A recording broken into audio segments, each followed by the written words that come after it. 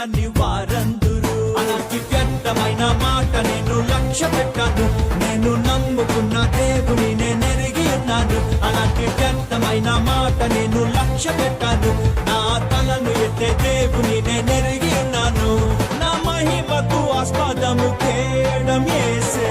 Jesus is my glory, Jesus is my glory, Jesus is my glory, Jesus is my glory, Jesus is my glory.